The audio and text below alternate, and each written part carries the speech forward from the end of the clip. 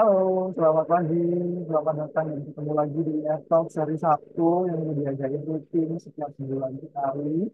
Kali ini bedanya kita ngadainnya, kayaknya nanti kita belum ya. Oke.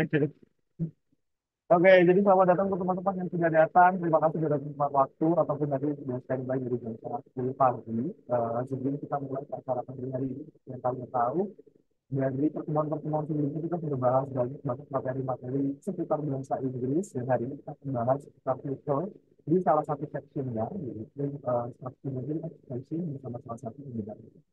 Kami memastikan bahwa kalian sudah bisa mendengar dengan jelas suara pagi hari ini dan juga audio visualnya juga boleh dibantu dengan cantik bahwa kalian sudah mendengar dengan jelas bahwa suaranya sudah cukup clear terus tampilan di layar kalian juga sudah cukup jelas silakan disampaikan di kolom chat box. Ini kayaknya ada sedikit feedback kalau suaranya terdengarnya sedikit kurang jelas. Mungkin bisa.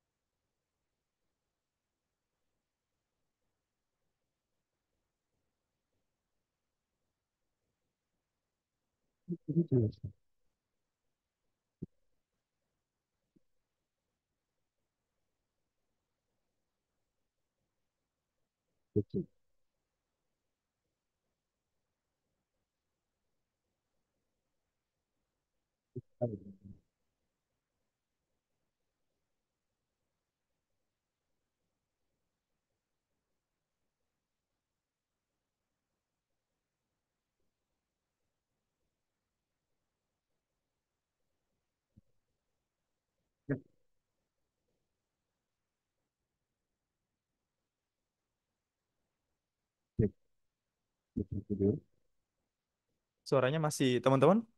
Nah ini nggak bisa sambil dicas berarti. Bikin suara.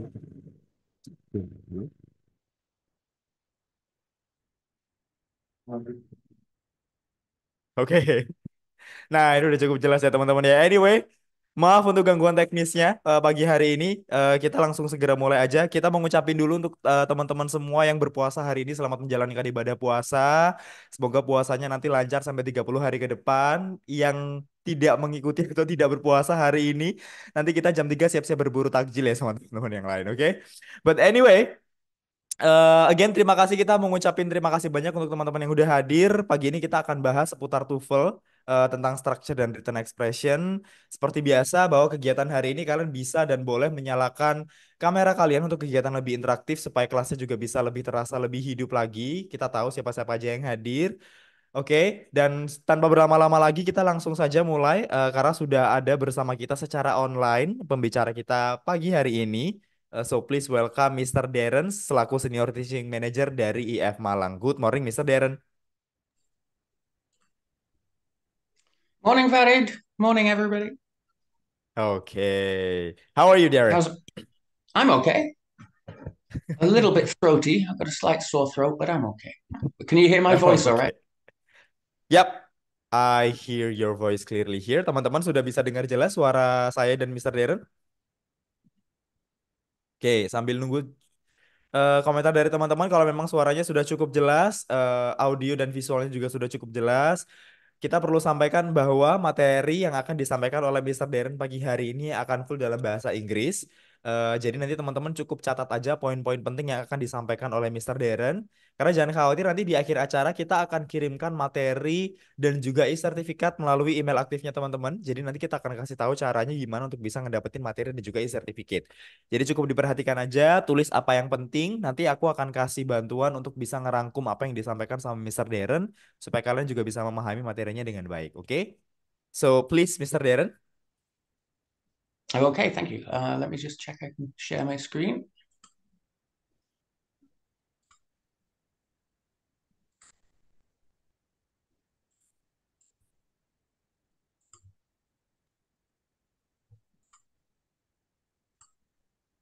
Okay, can everybody see that? Yeah, okay, good. I think we can. All right, let's get started, everybody. The first thing I want to look at is just the structure of the TOEFL test for anyone who hasn't done it before. There are three parts: listening, structure, and reading. And they're always done in that order, as far as I know. Listening first, then structure, then reading. But we're going to start with structure today. The listening part is 50 questions and takes 35 minutes. Structure is only 40 questions and is just 25 minutes, and reading is 50 questions in 55 minutes. So you can see that the structure and written expression section is the shortest, but you also have the least time for it. Okay.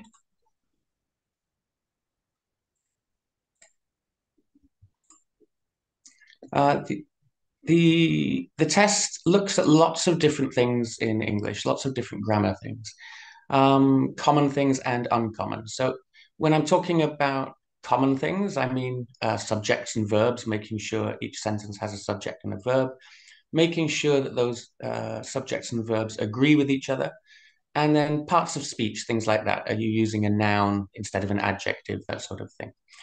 Then you've got slightly more complex forms like passive forms, comparatives, superlatives, and lots of other things like that. And it also looks at really odd grammar things like strange inversions and phrasal verbs. Please don't panic. We're not going to look at any of those today. Nothing uncommon for us today, because for the strange bits of grammar, you're only ever going to find one question, maybe two questions in the test. Whereas for the common ones, the ones in green, you'll find up to 10, 15 questions, which rely on you understanding these points.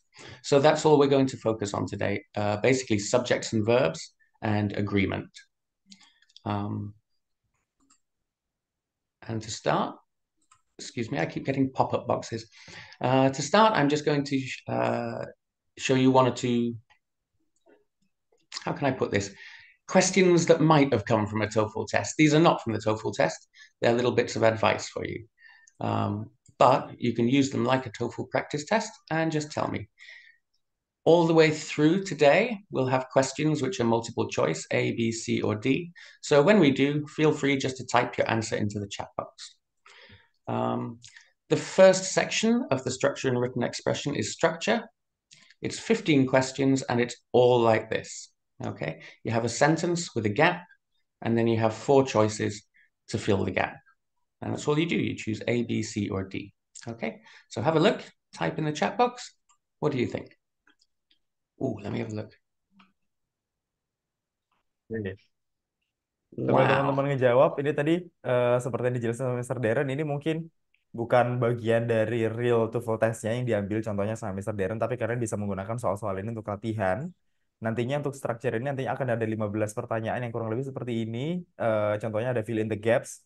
Jadi di sini kalian cukup mengisi kira-kira yang hilang dari kalimat itu apa. Kalian perhatikan aja, nanti akan dibantu dijelaskan oleh Mr. Darren. Oke? Okay, looking at everybody's answer, it looks like we have a really strong group because everybody, I think, has said C. Oh, we got an A there. Finally, a different answer. Good. The correct answer is C. Well done. The questions on the test are worth 1 point each. The issues with the other ones are basically you'll have too many subjects or too many verbs. If you just have the questions are on the test, you've got a verb for this subject, and then you've got this extra verb here. And if you use either B or D, you've got this extra they, which gets confusing as well. Well done. Almost everybody correct. Great start. There is then the second section, which is called written expression, and it's longer. And there are 25 questions for this one. And most students that I speak to say that they find this bit more difficult than the structure part. Basically, you have this sentence, there is an error, and there are 4 underlined sections. You need to decide which of these A, B, C, or D is incorrect. Now, my sentence here is a small amount of questions on the test may be answerable without reading the whole sentence. First of all, let's just answer it. What do you think? A, B, C, or D?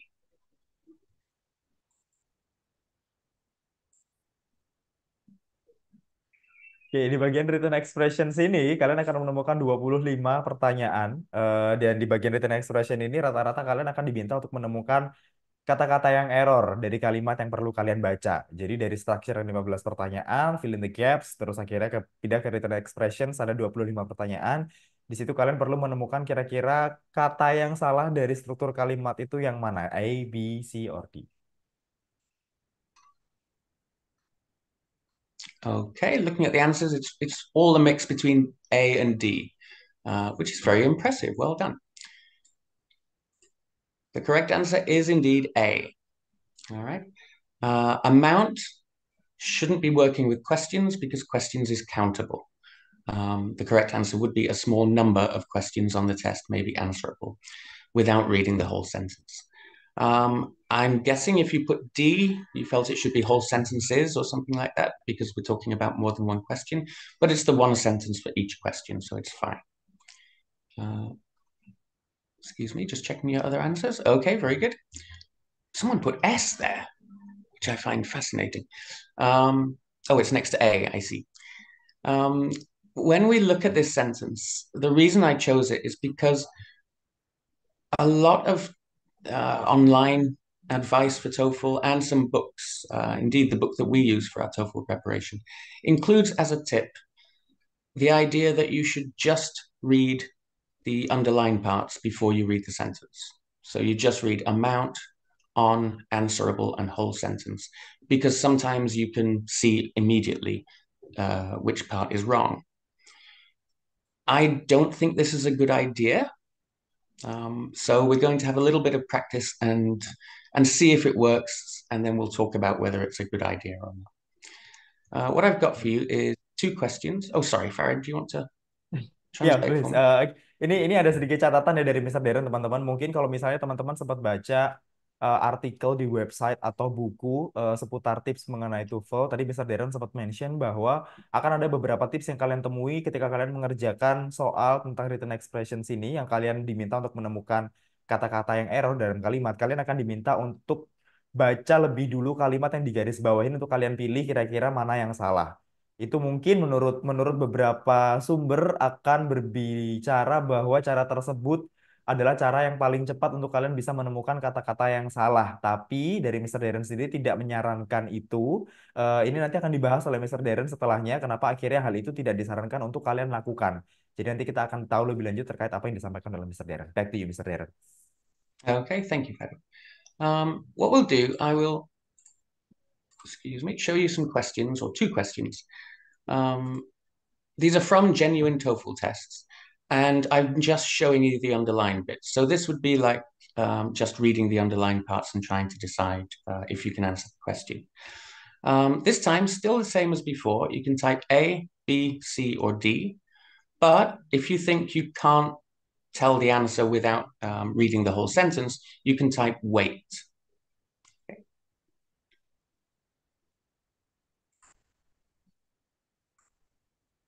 Farid, do you want to translate that? Oke, kita akan coba saran dari yang mungkin ada dari beberapa sumber yang mengatakan bahwa kalian cukup membaca kata-kata yang di underline dari A, B, C, or D. Nah, sekarang kita coba. Menurut kalian, kalau misalnya kalian benar-benar bisa menemukan kata tersebut yang menurut kalian error dari susunan kalimat itu, silakan dijawab A, B, C, or D. Tapi kalau ternyata kalian masih perlu untuk menunggu sembari untuk nantinya akan ditampilkan keseluruhan kalimat oleh Mr. Darren, kalian boleh jawab wait. Tapi kalau misalnya kalian sudah yakin bahwa dengan membaca kata-kata yang sudah digarisbawahin A, B, C, or D itu kalian sudah bisa menemukan kata-kata yang error, silakan langsung jawab A, B, C, or D.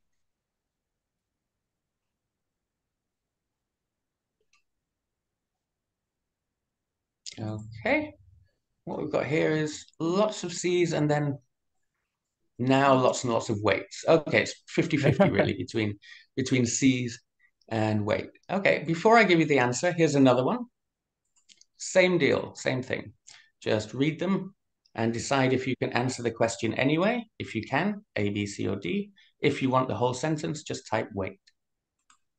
Oke, kita coba dua pertanyaan ya. Jadi cukup membaca kata-kata yang digarisbawahin A, B, C, or D. Apakah benar tips yang sering kali muncul di website atau di beberapa buku tips centric tentang TOEFL itu bahwa kalian benar-benar bisa menjawab kata-kata dengan yang digarisbawahin saja tanpa membaca whole sentences itu benar-benar bisa menjawab atau enggak?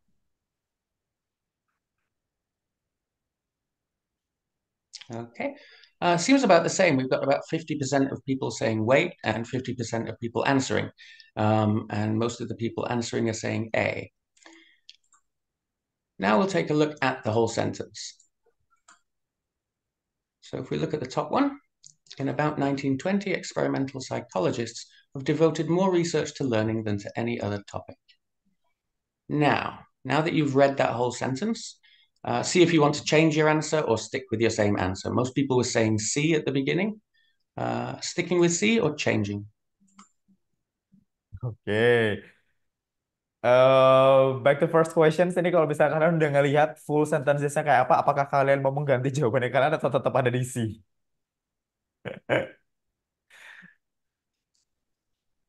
And now we've got Change lots of to A's, A, some change to oke. A.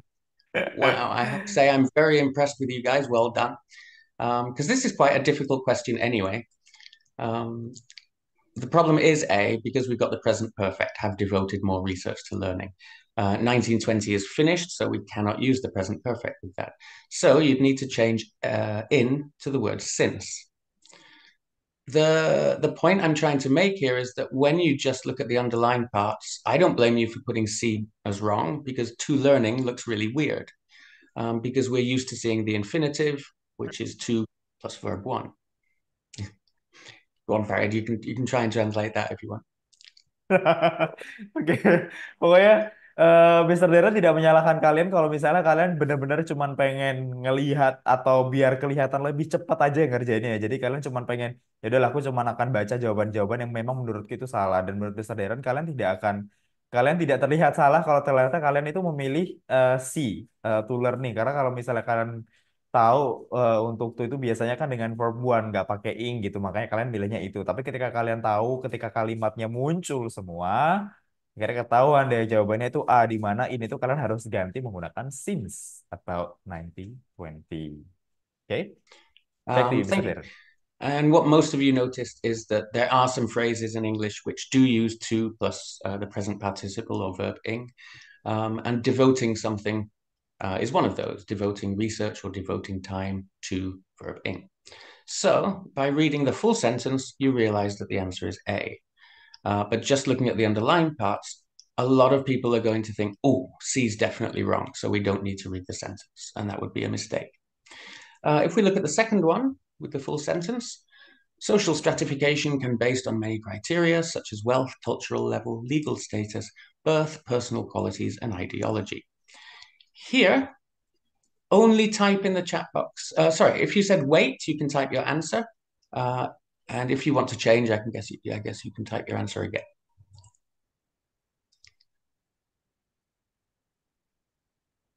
Good, absolutely. And everyone now is saying A or still A.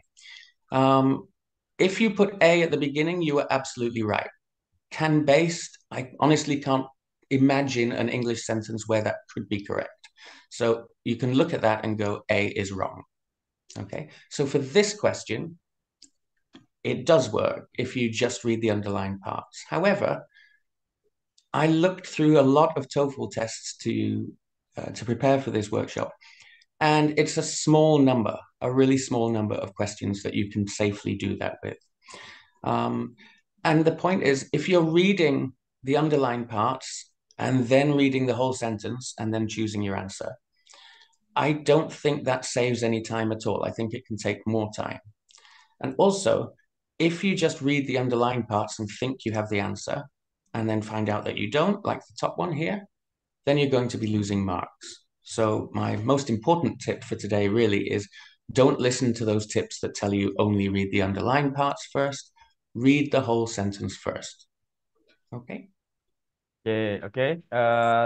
Di beberapa kasus, Mr. Darren sempat bilang bahwa ketika Mr. Darren ngelihat keseluruhan soal TOEFL, bahwa kalau misalnya kalian ngelihat soal yang kedua itu, ya kalian bisa ngelakuin bahwa kalian bisa ngebaca jawabannya aja, pilihan jawabannya aja A, B, C, atau D. Tapi kemungkinannya sangat kecil bahwa hal itu bisa kalian lakukan di semua pertanyaan yang akan muncul nantinya. Jadi daripada kalau ternyata alasannya dengan kalian membaca atau tips yang diberikan oleh beberapa orang di artikel atau di buku yang mereka buat dengan menghemat waktu kalian untuk mengerjakan tes TOEFL, ketika kalian membaca kata-kata yang digarisbawahin saja atau jawabannya doang, kalian akan tetap mengulang untuk membaca kalimatnya secara penuh. Dan itu tidak akan menghemat waktu kalian, malah akan makan banyak waktu kalian untuk mengerjakan satu soal. Karena kalian harus baca lagi kalimatnya secara lengkap, baru kalian bisa pilih gitu. Jadi yang disarankan sama Mister Darren adalah karena memang sebelum disiapkan workshop ini itu udah benar-benar diteliti, daripada kalian harus baca ulang kalimatnya dengan membaca pilihan jawabannya dulu, better kalian sudah langsung baca aja keseluruhan kalimatnya supaya kalian benar-benar yakin jawaban mana yang memang menurut kalian benar. Oke? Back to you, Mr. Darren. Okay, thank you. So that's my main tip for the structure section. Now we're going to get a little bit into the grammary stuff. First of all, we're going to look at verbs. So I've got 4 sentences for you, and we'll go through them each time. And all I want you to do is look at the sentence and type what the main verb for that sentence is into the chat box. So remember, all you do, read the sentence, decide what the verb is, and just type that into the chat box. Okay, do you want to translate before we start? Oke, kalian diminta untuk menemukan verb dari beberapa kalimat yang sudah dicantumkan sama Mr. Darren di situ. Silahkan dituliskan di kolom chat box. Oke? Okay, so First let's look sentence at ya, number, yeah, that's Mr. number Darren. 1. Studying TOEFL is a lot of fun. What's the verb?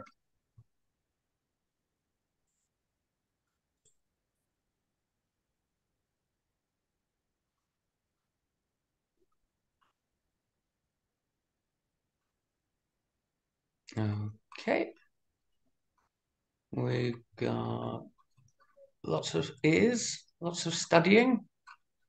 Some study, is, studying. Wow, loads of too many answers. Is, lots of is now. Okay, I'm just going to go to the answer. Scroll down through those messages in a moment. The first one, studying TOEFL is the subject. Studying is not the verb here. Your verb is. So if you put is, Yes. well done. Number 2, I love studying TOEFL. Oke, nomor 2 kira-kira verbnya yang mana?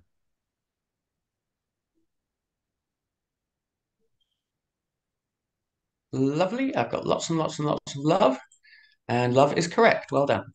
This time, I is the subject. Your verb is love. And studying this time is part of your object, studying TOEFL. Then we've got number 3. I have been studying TOEFL to improve my score. What's the verb? Oke, nomor 3. Mana yang verb?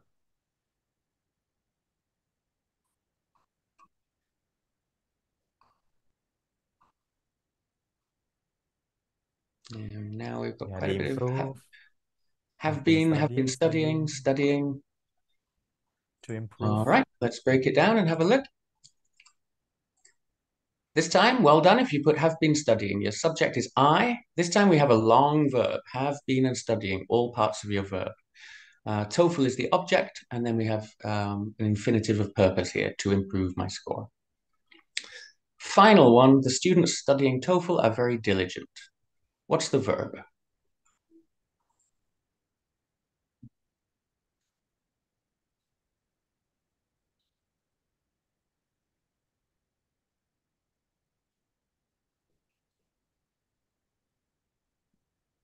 Yang terakhir menurut kalian verbnya yang mana? We've got There's so lots and many lots of R. R's. So let's check. Well done, everybody. This time, the students is our subject. Studying TOEFL here is just a participle phrase, and then you've got your verb, are. Well done. The point I want to make here is something the TOEFL test does a lot is to put words in the sentence that look like they could be your main verb, okay? When in fact they're not. And point number 1 is verb ing, or the present participle, cannot be your main verb without some form of the verb to be. It has to be working with the form of the verb to be, like is, am, are, was, been, whatever. As long as be is there working with the verb ing, then you're making a continuous tense. Without it, if it's just verb ing, it's not working as a verb. So let's take a look at these 3 sentence fragments, really, just the beginning of sentences. And all I want to know, each time you've got a verb ing, is it a verb? Yes or no? So number one, they will be holding. Is holding part of your verb? Oke, boleh dibantu jawab teman-teman. Kira-kira menurut kalian di kalimat yang pertama itu part of the verb atau bukan? They will be holding. And I'm getting overwhelming yeses, so let's check. Absolutely right. We've got the verb to be, we've got will be holding. It's the future continuous, it's verb. Number two, he was always telling. Telling, is that part of the verb here?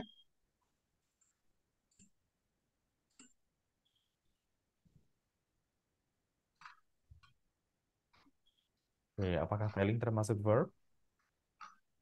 Again, lots of yeses. Awesome job. Well done, everybody. You're absolutely right. It is a verb. Here we've got an annoying word between the verb to be and verb ing. But yeah, we've got the verb to be, we've got verb ing. This is making it past continuous. Finally, we've got number three. The man watching TV. Is watching part of the verb? Could it be part of the verb?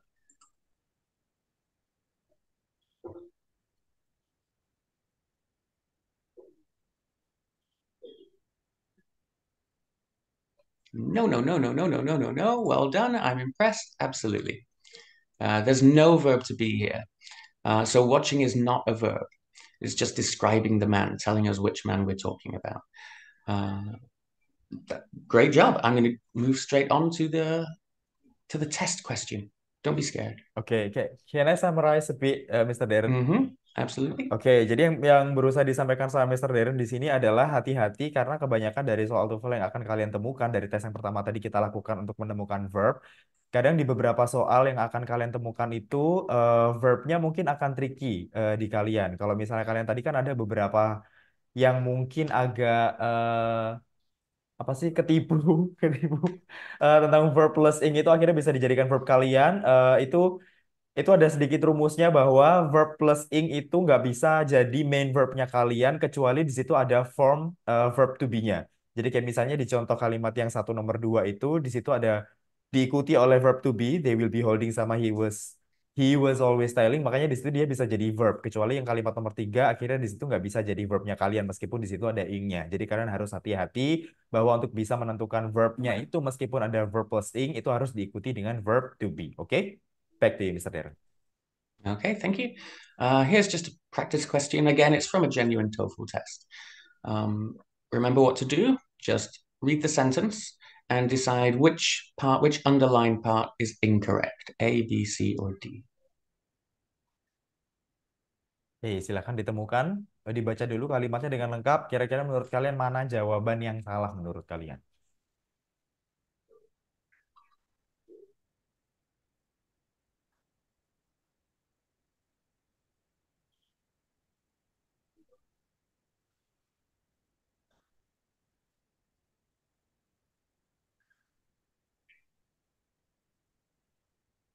Wow, this one's trickier. You can tell it's from a real test, can't you? Ya, DAC. Lots of D's, A's, and C's, so nobody's going for B. Okay. All right, well, let's have a look at the sentence. There's lots and lots of words here that look like they might be verbs. So we've got falling, reduce, breaking, calming. But all of these verb ings, none of them are verbs because there is no verb to be. So that would make reduce your main verb. And that seems okay. We've got raindrops falling on the ocean, reduce the number of breaking waves. Thereby, calming, meaning to make something calmer, roughness water. The correct answer here is actually, oh, hold on, let me check the last 9.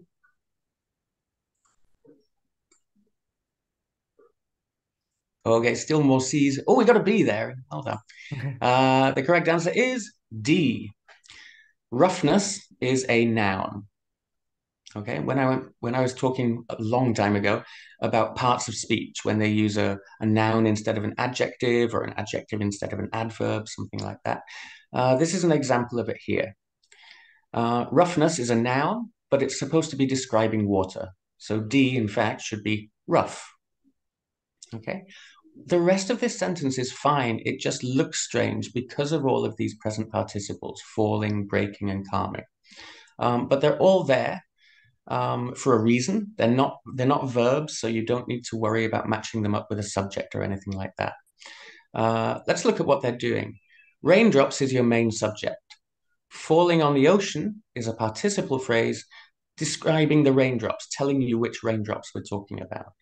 Then you've got your verb, reduce, the number of breaking waves. Here, this what looks like a verb, this verb ing, is again just a present participle describing the waves. Which waves are we talking about?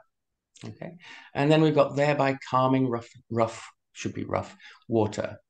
Calming is what they're doing. So again, we've got this participle clause now, just telling you what these raindrops are doing. And everything's fine except for D.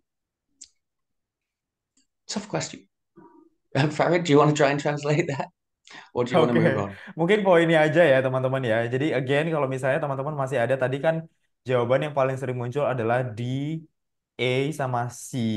Again A sama C itu bukan verbnya kalian karena dari yang tercantum di situ tidak ada verb to be-nya untuk dia bisa dinyatakan sebagai verb gitu ya. Tadi udah jelaskan juga oleh Mr. Darren kenapa akhirnya roughness itu jadi main verbnya kalian. Jadi kalau misalnya kalian sekali lagi harus hati-hati ketika kalian ngelihat ada verb plus ing di situ, kalian harus perhatikan kalau misalnya verb plus ing-nya bisa diikutin oleh verb to be, maka di situ bisa dinyatakan sebagai main verbnya kalian. Tapi karena di kalimat ini tidak ada verb to be-nya, maka di situ tidak bisa dinyatakan sebagai verb. Oke? Back to you, Mr. Darren. Okay, thank you. Now get ready. This is the trickiest part. Okay. We've learned that verb ing has to work with the verb to be if it's a verb. Something similar happens with the past participle, which most of you guys call verb 3. Again, here, the verb 3 cannot be your main verb unless it's working with either to be or to have. Okay. If it's working with the verb to be, it's making the passive, and if it's working with to have, it's making the perfect aspect. But it needs one of those with it. So if it's just verb 3 on its own, then it's not a verb. Before I make it even more confusing, let's just do what we did with the last one. Have a look at these beginnings of sentences and decide if your verb 3 is part of the verb. Do I need to translate or move on? Can I keep going? I'm going to keep going. All right. Let's look at the first one. The dog has eaten the cake, which... Now, eaten is your verb 3. Is that part of the verb? Yes or no?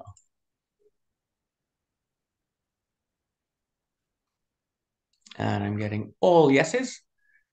Absolutely, well done. We've got has with your eaten, so it's making it the perfect. So here you've just got a sentence in the present perfect. The next one, the cake eaten by the dog was... What about that one?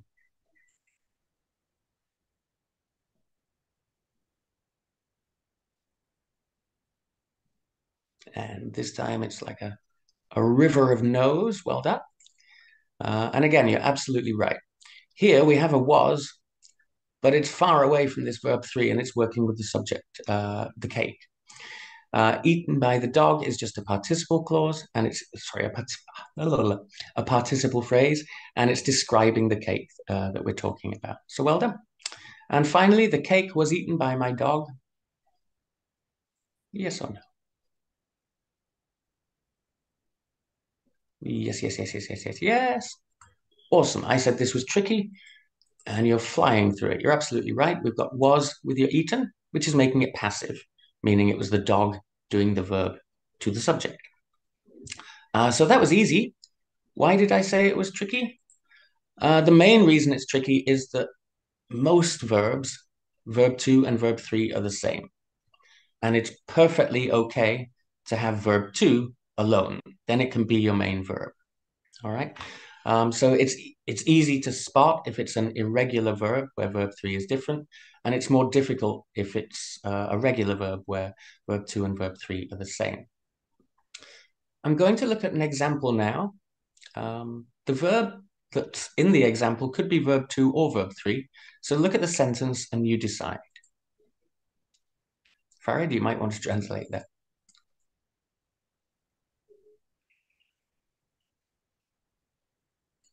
Oke, seperti yang dijelaskan sama Mr. Darren, ya ini kayaknya teman-teman juga udah cukup paham dengan apa yang dijelaskan sama Mr. Darren.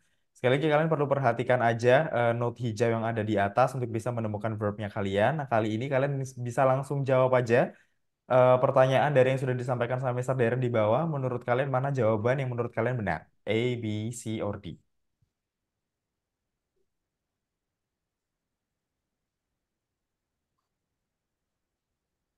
Okay.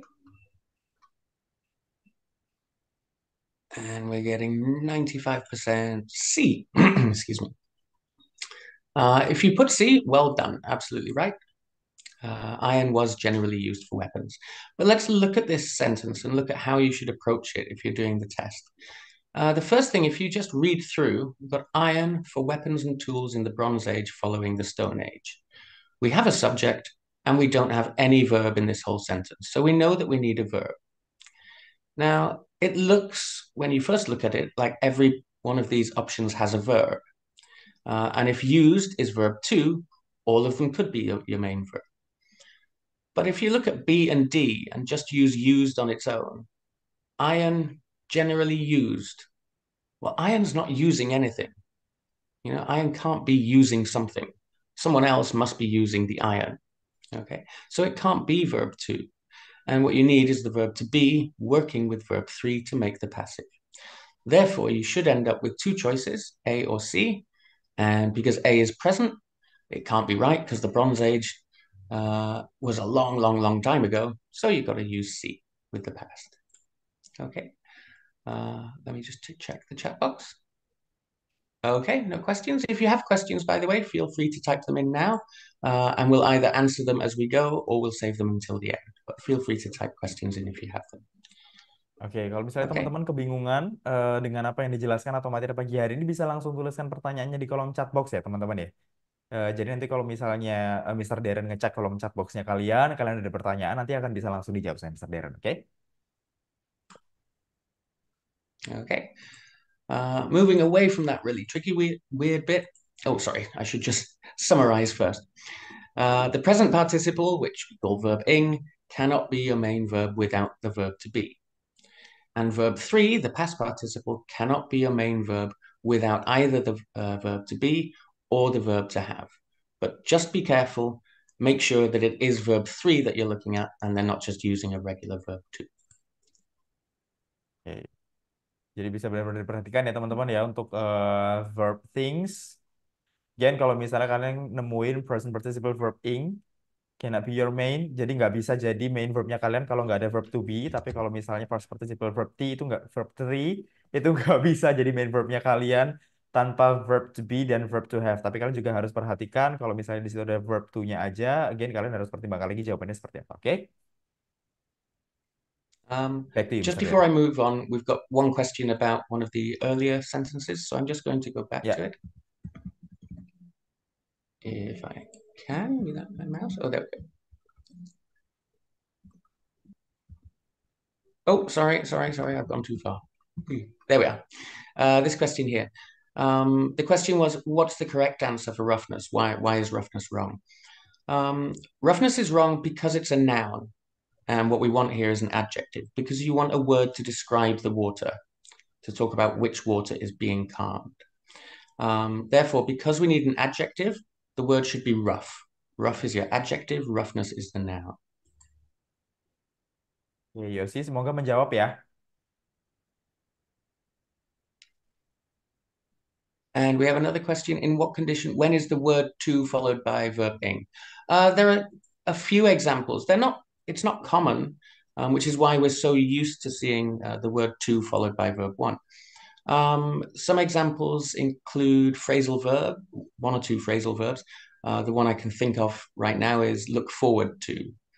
So if you use look forward to, meaning you're excited about something coming in the future, then it's followed by verb ing. I look forward to meeting you. I'm looking forward to going on holiday, that sort of thing. There are others. The one that we had was devote something to learning. Addicted to is another example. I'm addicted to shopping.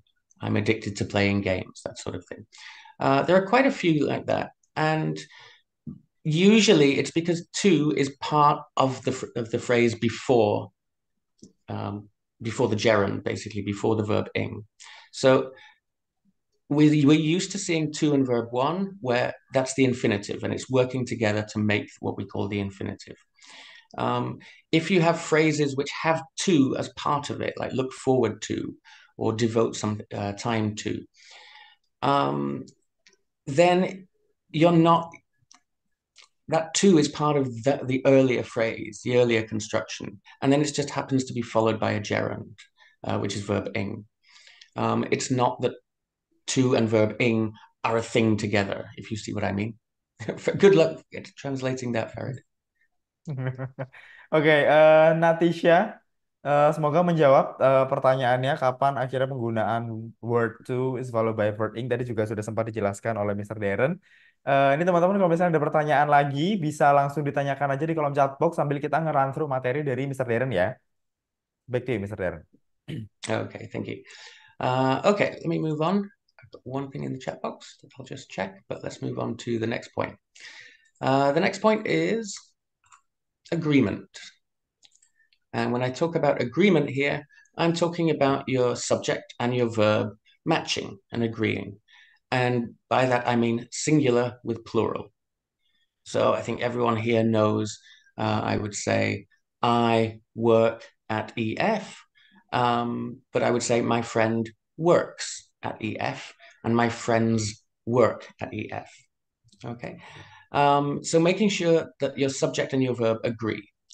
And 99% of the time in the TOEFL, it's just about plural and singular. So you guys have been very, very good so far with your instincts. So I'm just going to tell you to have a look at these sentences and just decide if they're correct or incorrect. Okay. Let's start with the top one. The Prime Minister always eats at 6 p.m. If you think it's correct, type yes. If you think it's wrong, type no.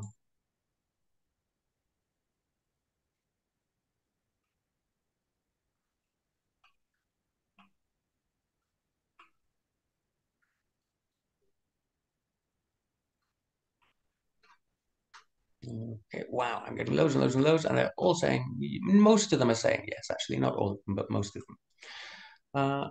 If we have a look at it, we've got the subject, which is Prime Minister, and it's singular, and we've got the verb eats, which is singular. It is correct. It's fine. Let's look at number 2. The Prime Minister and his wife always eats at 6 p.m. Now, correct or no?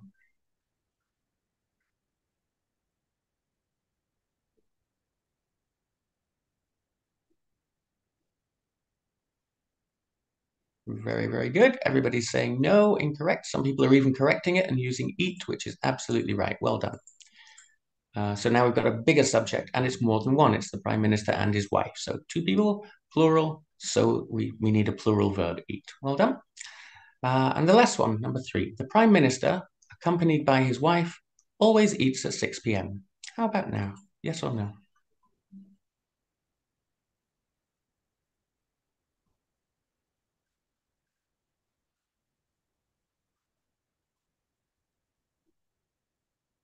Okay, and again, it's mostly yeses. Some no's. This one's more of a mix because it's a more difficult question. It looks very, very similar to the second one. So you think, well, it should be eat. However, your subject here is the Prime Minister.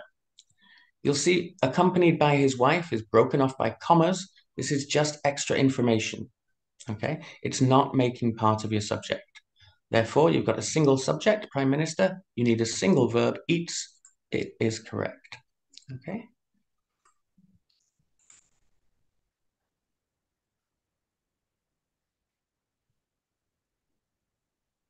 All right, Farid, can I move on?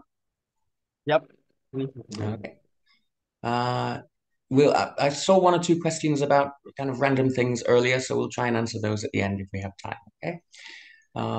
The last thing I want to do is talk about these words: single words and plural words. They're just words that always go with single things or plural things. So a, an, another, this, and that always have a singular meaning, and they should never refer to plurals.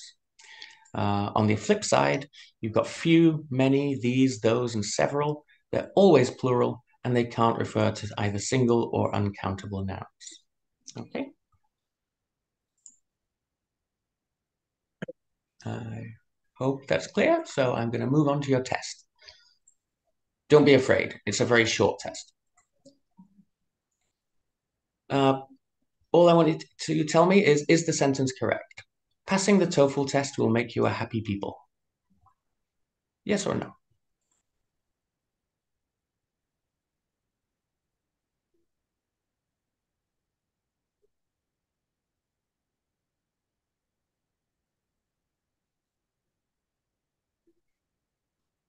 We got mostly no, some yeses, mostly no.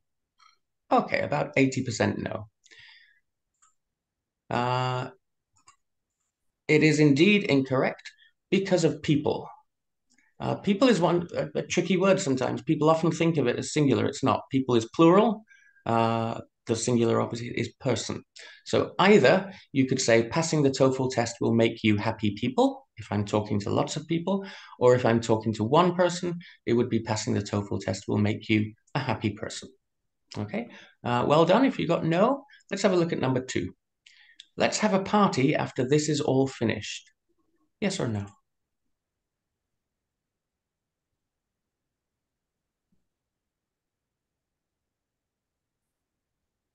And lots of yeses. Absolutely. Oh, some no's at the end. Okay, sorry. It is yes. It's an absolutely fine sentence. Here we've got this, which is singular, working with is, which is singular, and that's fine. All can be either singular or plural. Okay. If you're talking about one thing, all means all of that one thing. If you're talking about many things, then all means all of those many things. Okay. Let's look at the last one before we go on. These tips are more useful than another ones. Yes or no?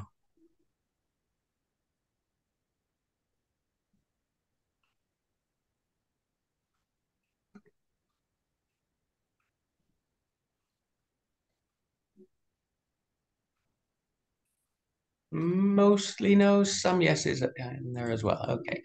I'll tell you right now, it's wrong. Why is it wrong? Because we've got ones.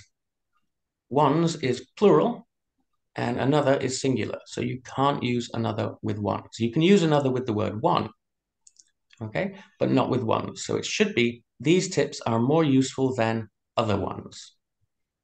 Okay. I did see a question about the difference between another and other. So I'll just quickly try and explain. I believe, I might be wrong, I don't know this, but I think that another used to be 2 words. I think so. Just the word an and other, okay? Because other just means different. And, it could be referring to single things, it could be referring to plural things. But when you put an with it, just think of it like that, an other ones. And we know that an can only work with singular ones. So when you use the word another, you're talking about one thing. When you use the word other, you're usually talking about more than one thing, although it can also be used with singulars. Oke, tadi siapa yang sempat tanya ya perbedaan antara another sama other tadi semoga menjawab teman-teman. Yang dijelaskan oleh Mr. Darren, tapi tadi kan Mr. Darren sempat ngasih note mungkin aja apa yang dijelaskan sama Mr. Darren benar, tapi kurang lebih penjelasannya seperti itu. Oke? Okay. And that's pretty much all my tips. So here's the final test. It's a little bit scary. Just do what you did before, A, B, C, or D. Okay. Oh, hold on. Okay, we'll do. From Agung. Just a question from Agung. I'll answer that one after this test when we finish Okay. this bit. It's very short. This, don't worry. Here's your question. It's a bit scary, so there's a scary face. Read through it. Be careful, and just choose A, B, C, or D. Agung nanti dijawab ya pertanyaannya ya. Teman-teman bisa coba ngejawab tes terakhirnya dulu dari Mr. Darren, silakan di kolom chat box.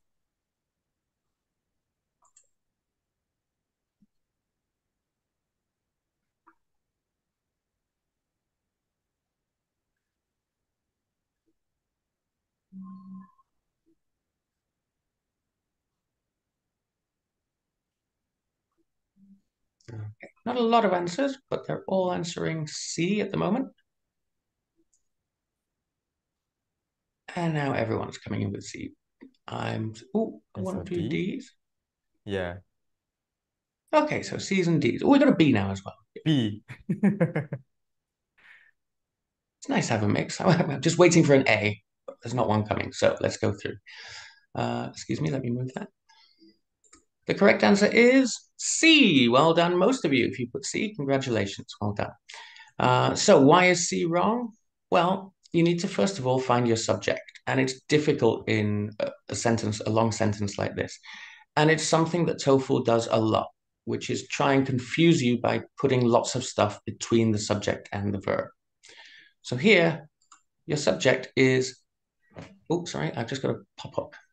There we go. International specialization. Okay, and it's singular. Therefore, your verb should have the S, increases.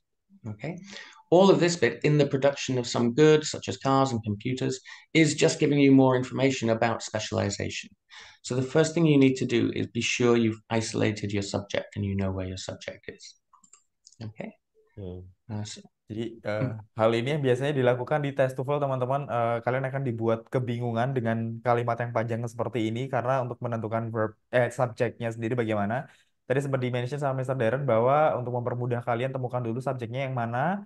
Jadi nanti kalian akan bisa menganalisa kira-kira mana kata-kata yang salah dari ini. Dari jawabannya dari kalimat yang ini itu increase karena harusnya tambahin S di belakangnya dari subjek yang sudah ditemukan. Oke?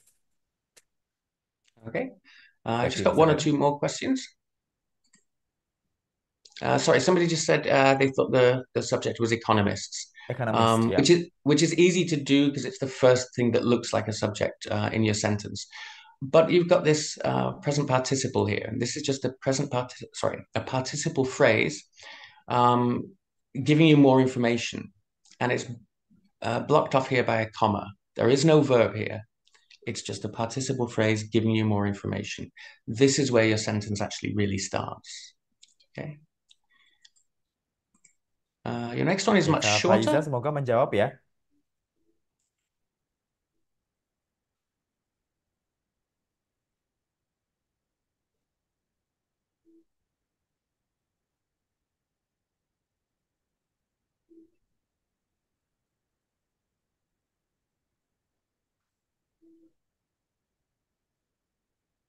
And we're getting lots of C's. In fact, only C's, I think. So I will stop it there and just show you. Bing, absolutely right. Well done, everybody. We've got plural here, kinds of music, and therefore you can't use a with it, okay? So it really should be among the first kinds of music. All right, well done. And one more.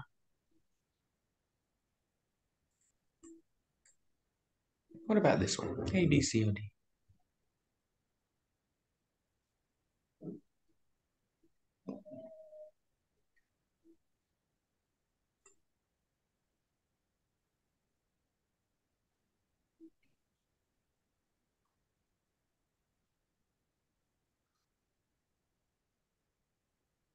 And again, we've got lots of C's. In fact, I think it's all C's. So let's just check the answer.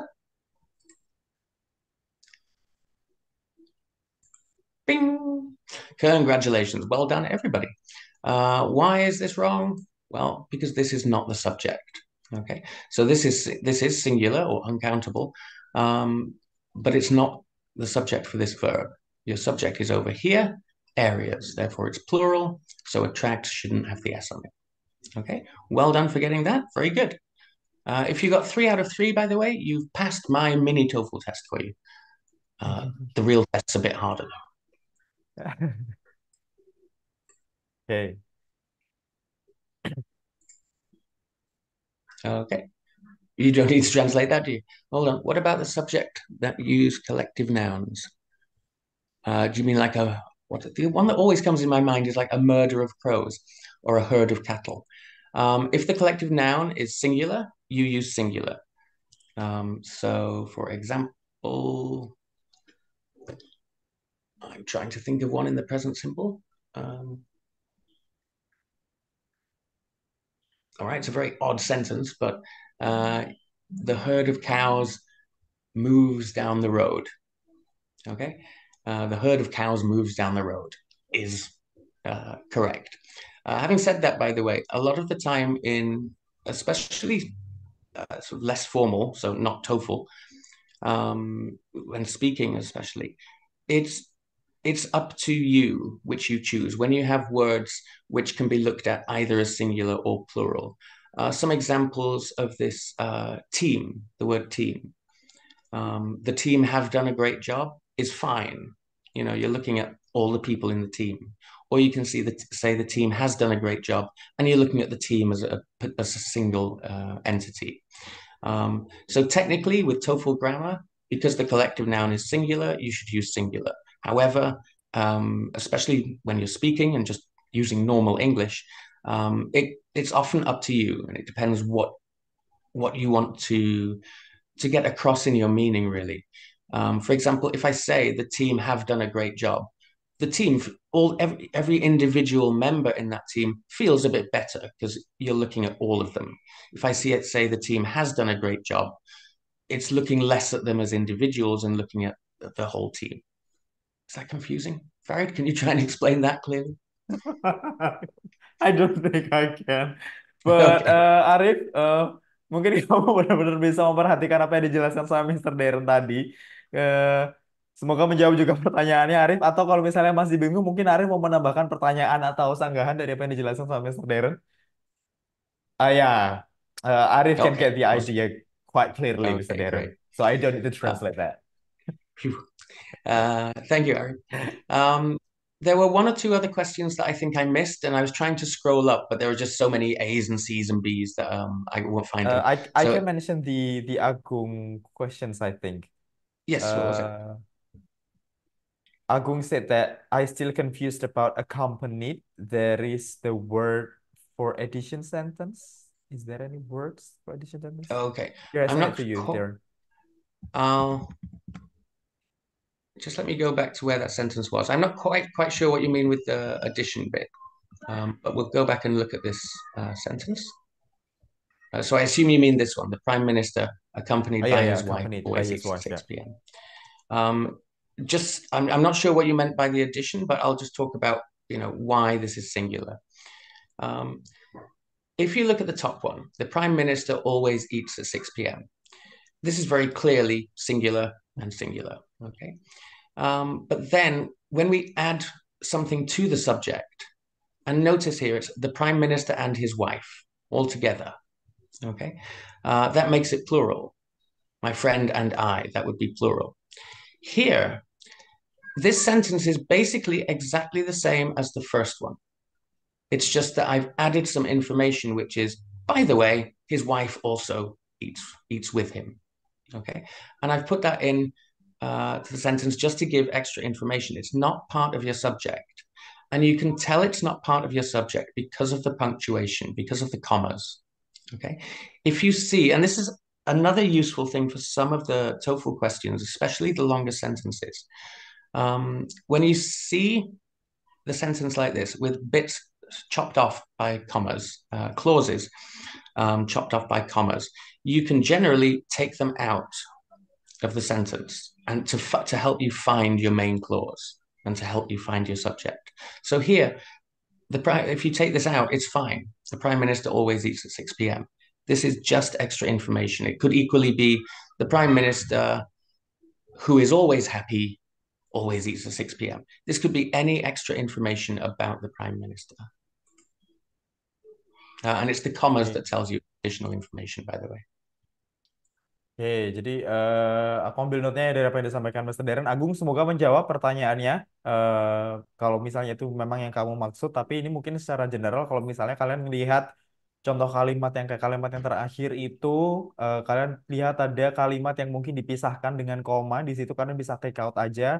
Again, kalimat yang di tengah itu cuma informasi tambahan aja. Padahal poin intinya meskipun itu nggak ada ya, the Prime Minister always eats at 6 p.m. anyway gitu loh. Itu cuma informasi tambahan aja yang bisa kalian temukan di bacaan tersebut, oke? Back to you, Mr. Darren. All right. Oh, good. Thank you, Agun. Excuse me. That's all from me, unless we have other questions very quickly. Okay, last questions maybe for Yosi Simanjuntak, Mr. Darren, before I present other things before we close the class today. Okay, we've got one here. I got low score for this task because I think is plus verb ing is wrong. So can you tell me when the is plus verb ing is wrong?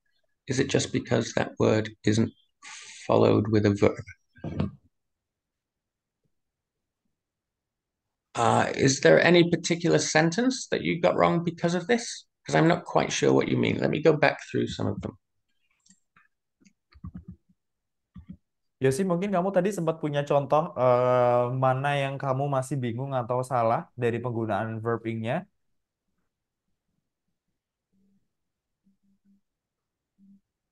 So was it Apakah these ones pertanyaannya ini here? relate dengan ketika kamu mau menemukan main verb-nya atau gimana kira-kira?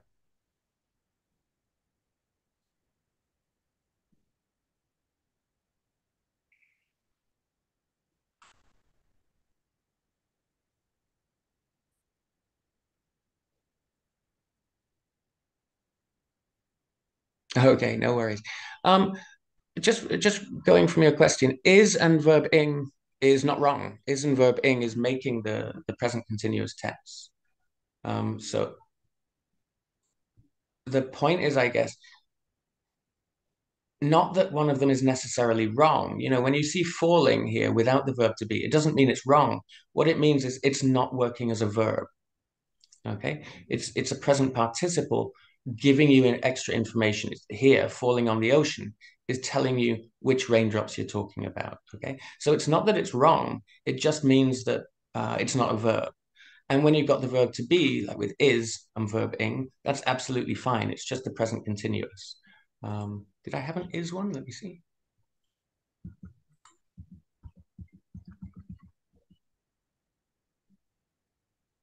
No, I don't remember any with is. I'm sorry. Ya. But yeah, if you see is with verb ing, it's just the present continuous tense. It's absolutely fine. It's not wrong. Yosi semoga menjawab ya. Ini bukan maksudnya si kata itu salah, tapi untuk menentukan ini konteksnya kita menentukan verbnya di kalimat yang ini. Karena memang si falling itu tidak diikuti dengan verb to be, maka di situ tidak bisa dikatakan atau diputuskan sebagai dia verb utamanya. Karena kalau untuk bisa menjadi verb utamanya dia harus verb plus ing itu harus ada verb to be-nya. Diikuti dengan verb to be-nya maka dia bisa dinyatakan sebagai verb utamanya dia. Karena memang di sini tadi kan kita mau cari kira-kira mana yang salah. Otomatis kita harus menemukan verbnya dulu di contoh kalimat yang ini karena memang si falling dan calming itu tidak diikuti dengan verb to be secara kata-kata dia tidak salah tapi karena dia tidak ada verb to be-nya maka dia tidak bisa dikatakan verb tidak bisa diputuskan sebagai verb oke. Okay. Last one here is why is oh hold on why is and are can be a verb. It's not that is and are can be a verb. Is and are always verbs. Okay, they're always verbs. They're just forms of the verb to be. So the verb to be is a weird verb. It has many different forms. So in the present tense, it would be is or am or are. And in the past tense, it's usually was or were. Um, but it's always a verb. It's always a verb. The confusing thing, I think, with the verb to be is sometimes it's your main verb. So I am a teacher. Am is my main verb. But they can also be used as someone's mentioned here, as auxiliary verbs, as helping verbs, as something added to your main verb. So if I say I am a teacher, am is the main verb. If I say I am watching TV, your main verb is am watching. And here am is your auxiliary verb, and it's just helping to make the present continuous tense with your main verb watch. Okay, I hope that's clear. It doesn't Oke, sound semoga clear to menjawab me, ya. but Semoga menjawab teman-teman yang tadi masih kebingungan kenapa is and are itu akhirnya bisa jadi verb. Tadi sudah sempat dijelaskan sama Mr. Darren. Oke, Oke, kalau misalnya teman-teman masih ada pertanyaan disimpan dulu aja. Again, kita mengucapkan terima kasih dulu untuk teman-teman yang sudah ikut kelasnya pagi hari ini. Kita akan ada kelas lanjutannya, teman-teman. Jadi setelah ini kita akan kasih tahu informasinya. Teman-teman bisa langsung daftar aja kelasnya bulan depan. setelah Lebaran. Jadi kalau misalnya setelah Lebaran teman-teman masih belum ada kegiatan, teman-teman juga bisa langsung ikut aja. Tapi untuk materi pagi hari ini, seperti yang sudah kita sampaikan, bahwa kalian bisa mendapatkan materi dan juga e-sertifikat dari kegiatan hari ini yang akan kita kirimkan melalui email aktifnya kalian. Jadi kalian nanti bisa langsung submit email dan juga nama atau apapun itu nanti yang dibutuhkan di dalam formnya. Dan untuk kalian yang mungkin ada di area wilayah Jawa Timur, Bali, dan Lombok, kalau misalnya kalian butuh seperti kelas persiapan TOEFL atau kelas persiapan IELTS atau mungkin untuk anak-anaknya kalian, kalau misalnya di sini ada beberapa dari kalian yang mungkin sudah punya putra atau putri pengen ikut kelas singkat aja, pengen ngerasain belajar IF itu sebenarnya seperti apa. Nanti akan ada program khusus liburan namanya Holiday Academy di mana kelasnya hanya akan berjalan selama 2 minggu dan harganya cuma 1 jutaan. Jadi kalau misalnya di sini ada yang mungkin tertarik untuk mendaftarkan putra-putrinya atau untuk ponakannya atau mungkin untuk adiknya supaya tahu kelas di IF itu serunya seperti apa, kalian nanti bisa langsung isi di form untuk klaim e-sertifikatnya kalian. Kalau misalnya kalian mau dihubungi lebih lanjut untuk ditawarkan produk-produk dari IF atau mungkin kalian pengen tahu lebih lanjut produk-produk yang sesuai sama kalian, seperti misalnya kelas persiapan TOEFL atau kelas persiapan IELTS. Oke, nanti linknya akan di cantumkan di kolom chat box oleh tim dari IF untuk kalian bisa klaim di sertifikat sekaligus untuk ngambil fasilitas gratis dari IF untuk bisa ikut English Diagnostics Test di mana kalian juga bisa langsung analisa kemampuan bahasa Inggrisnya kalian termasuk grammar ataupun sampai ke speakingnya kalian. Oke. Dan seperti yang sudah aku sampaikan bahwa tanggal 27 April atau bulan depan kita akan masih bareng sama Mr. Darren tentang TOEFL juga. Jadi kita akan ada lanjutannya, kita akan pindah ke reading section. Kira-kira seperti apa kalian mengerjakan tipsnya nanti. Jadi kalian bisa langsung keep seatnya kalian supaya kalian tidak ketinggalan kelasnya seperti apa. Nanti kita akan kirim link konfirmasinya lagi beberapa hari sebelum acaranya mulai. Dan kalian bisa langsung daftar nanti di link yang sudah ada di kolom chat box nanti oleh eh, tim dari IF ya teman-teman ya. Itu sudah dicantumkan juga untuk klaim e-sertifikatnya kalian atau kalau misalnya kalian mau scan barcode, kalian bisa langsung scan barcode-nya aja yang ada di layar ini. Oke? Mr. Darren, is there anything else you want to say before we close the class? I just want to say thank you, everybody, for coming and good luck with your TOEFL test. Thank you.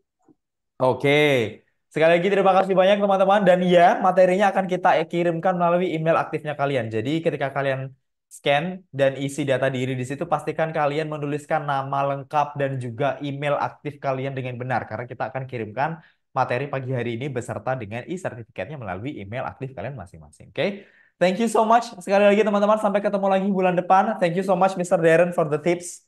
We will see you again next month. Okay? Absolutely. Terima kasih Thanks, guys. semuanya. Have a Bye. great weekend. Untuk yang berpuasa, selamat menjalankan ibadah puasa. Yang tidak puasa, jangan rebutan takjil nanti sore ya. Bye-bye.